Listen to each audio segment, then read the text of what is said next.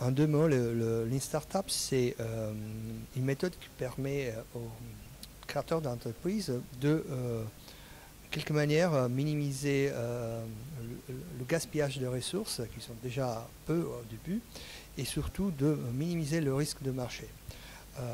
Très simplement, l'idée c'est que plutôt qu'essayer de développer un produit et après vérifier que ce produit se vend, il faut d'abord vérifier que le produit se vend et après le développer.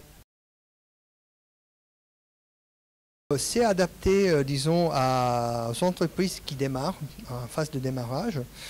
C'est clair que si c'est une start-up, la vision d'une start-up, c'est celle de passer à l'échelle. Donc finalement, au moment que la start-up attend l'adéquation du produit à marché, il fera un levée de fonds, il acquérera les ressources pour passer à l'échelle. Mais si c'est par exemple un petit business, un PME, alors ça s'applique également parce que la problématique est la même. On ne va pas gaspiller les ressources en tout cas. Donc même s'il n'y aura pas un passage à l'échelle. Pivoter simplement, c'est changer la stratégie, mais sans changer la vision. Dès qu'on s'aperçoit qu'on a pris une mauvaise direction, parce que le marché lui-même directement nous fait comprendre que ce n'est pas la bonne chose à faire. Par exemple, ça va être le type de produit ou une certaine fonctionnalité de produit. Donc on s'est planté, on essaie de se planter le plus vite possible et de changer la stratégie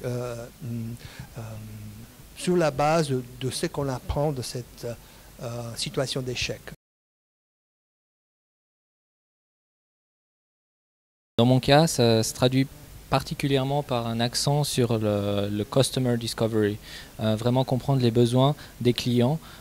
Souvent, et moi en tant qu'ingénieur, c'est une activité difficile parce qu'on pense qu'on va apporter une solution à un problème qui existe et que tout le monde va acheter au cas où on réussit à créer ce device qu'on veut créer.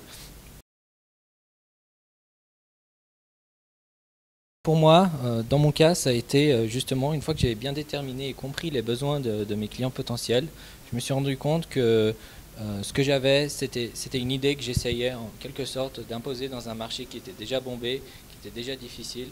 Et en fait, pour moi, pivoter, c'est pas abandonner notre idée pour recommencer tout depuis le début, ce que certains pensent, mais au contraire, avec le feedback des clients potentiels et du besoin de nos utilisateurs, matcher une technologie existante qui est au plus près de la solution qu'on veut apporter à eux. Et une fois qu'on a compris ça, on prend très rapidement la décision.